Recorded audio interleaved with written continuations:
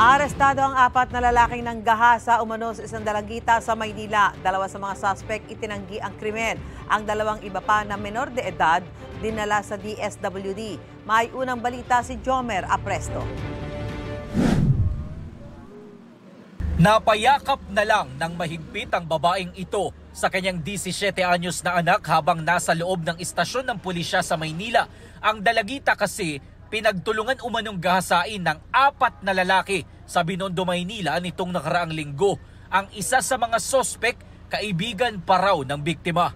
Sa kwento ng dalagita, niyaya siya ng kaibigan na sumama sa bahay ng kanyang pinsan na nagdiriwang ng kanyang birthday noon. Doon daw siya nilasing umano ng mga sospek.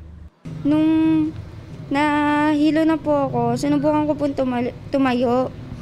Kaso, yung katawan ko po talagang bumibigay na. Bigla po akong hinila ng kaibigan ko, papunta po doon sa taas, doon po sa may kwarto. Tapos doon niya po ginawa yung pangaano po sa akin.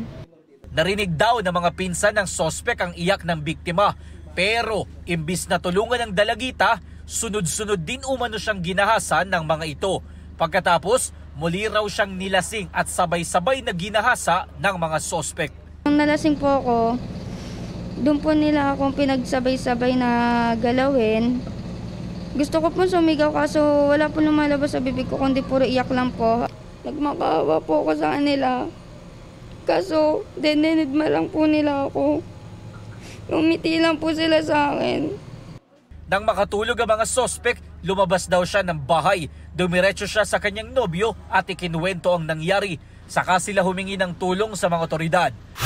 Agad namang nahuli ang 4 na sospek. 2 sa kanila ay mga menor de edad. Ayon sa nanay ng biktima, posibleng pinagplanuhan ang ginawa sa kanyang anak. Sinamantala nila na walang kasama yung anak ko tapos sila lang. As in pinagplanuhan, pinilit pa inumin.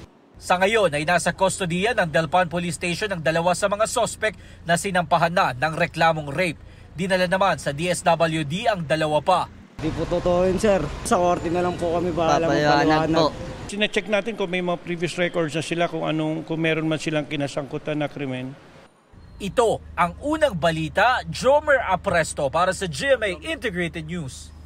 Mga kapuso, para una ka sa mga balita, mag-subscribe sa GMA Integrated News sa YouTube.